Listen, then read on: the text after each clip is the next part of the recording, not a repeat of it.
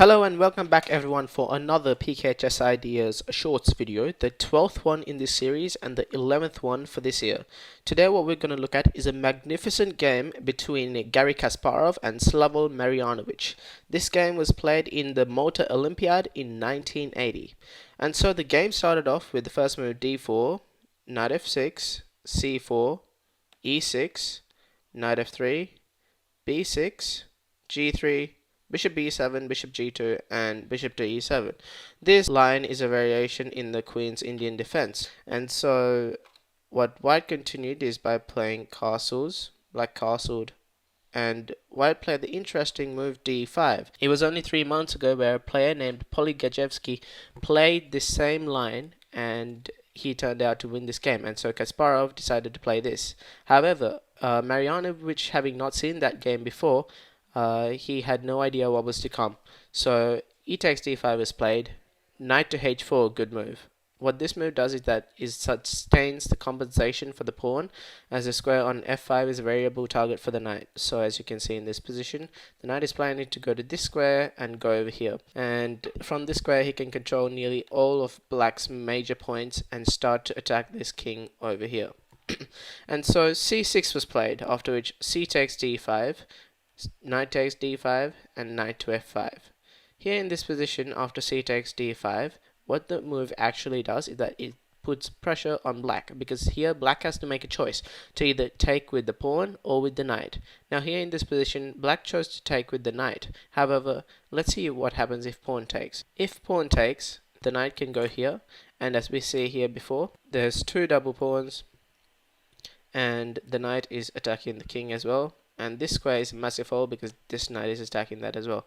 And so what white's plan is going to be, probably put this knight over here, put the queen somewhere over here, the bishop over here, and try to attack either on g7 or h7 and deliver some checkmate threat. Let's go back to what happened after knight takes d5. What was played in the game was knight to f5. Here in this position, the bishop on e7 has absolutely no purpose in this position, therefore its power is lacking in this position, even though black does have the two bishops. Both bishops are not doing that much. This bishop here has only two squares to go to, and this bishop here is attacking absolutely nothing whatsoever.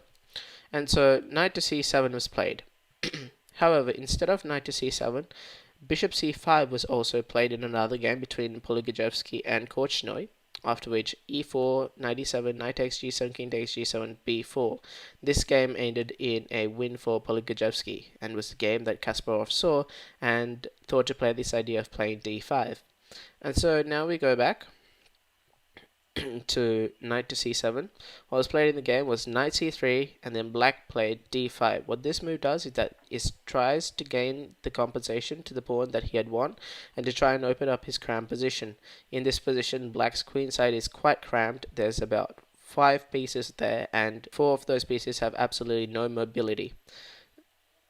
Moves that here, what black could have also played was something like knight to e8. What happened here is that bishop to f4 was played, knight to a6, queen to d2, d5, e4, knight ac7, rook a d1, bishop f6. And here the game ended in a draw in a game between Timon and Karpov in 1983. So 3 years following this exact same position happened right here, and the game ended in a draw. So now we go back to knight c3. After knight c3, d5 was played as we saw before. So e4, bishop to f6. And then now what white played was e takes d5. What e takes d5 is that it once again creates options for black. And by creating options, black has more chances to go wrong in this position than to go right. However, what black managed to play was c takes d5. And which was not quite the correct move, because this now gives black an isolated pawn. And so if, for example, knight takes d5 was played, knight takes d5, c takes d5, knight e3, knight c6, and knight takes d5. This game is slightly advantageous for white because of the fact that he has a strong knight right here on d5, attacking spokes straight into the black camp, and also the fact that white's two bishops are better than black's two bishops. Okay, so now we go back to c takes d5, what was played in the game. Bishop f4 was played, knight ba6, rook e1, queen d7, which is quite a dubious move. In this position, there isn't really much else to play Black has to quickly get his pieces out, try and compensate for winning the pawn. However, he was not quite able to do so in this proper manner, so queen to d7 was played, after which bishop to h3. What this does is that it opens up threats like knight to h6 and winning this queen over here, like so. And so king to h8 was played. What this move does is that it parries knight h6 and winning the queen. However, this was not the way to parry the attack. The only way to parry the attack here is to move the queen back, surprisingly, because after queen to d8, this game is only slightly advantageous for white. And as we saw before, we said that queen d7 was a dubious move, and therefore black has to recorrect himself, and therefore losing tempo. So, however, what black played was even worse. King to h8. What this does is that it wastes a move, first of all, where he could have played queen to d8, and secondly, it drives his king further into a corner. And so knight to e4 was played, bishop takes b2, knight to g5. Now in this position, what we're going to do is we're going to stop for a second after queen to c6, because what queen to c6 does is that it aims to attack over here, g2 or h1, and some sort of cheap checkmate threat. And as you can see in this position, this black bishop is also attacking this rook. However, if you look at this position, the white queen is attacking over here and aiming over here.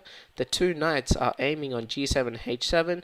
This bishop is going to go where the knight is and attack h7. And this attack is quite double-edged, because it can either go right for black or for white. So in this position, what white played was knight to e7. So queen to f6 was played. Now what I want you to do is actually stop the video for a second and try to find the move that Garry Kasparov played to absolutely thrash Marjanovic. Alright, so have you found it? The move is knight takes h7.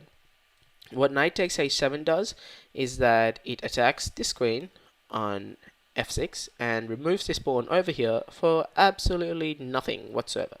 And so in this position, you might think, hold on a minute, why not king takes h7? Once again, I want you to stop the clock and try and find checkmate in 3. Alright, so have you found it? The move is queen to h5 check. Notice in this position, the queen has to play to h6, otherwise black can just resign because there's no other move. After which bishop f5 is played, and then g6 to stop the check, queen takes h6, checkmate. Why not play king to h8? So bishop takes is followed, g takes is followed, and queen takes is checkmate as well. So that's a neat little idea by Kasparov to play knight takes h7. However, what black played was he didn't take the knight, he played queen to d4, trying to swap off the queens. However, white once again brings another piece into action, so queen to h5, after which g6 has to be played to try and stop the knight from moving away and giving double check. So g6 is played to attack the queen. Queen to h4. Now here you can see that the queen cannot be attacked once again, and after which bishop takes a1 was played, and then knight to f6.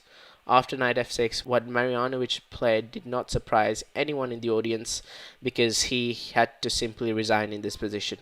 The reason why is because after knight f6, oh, hold on, wait a second. What I think I'll do here is I'll let you try and find the checkmate after king to g7.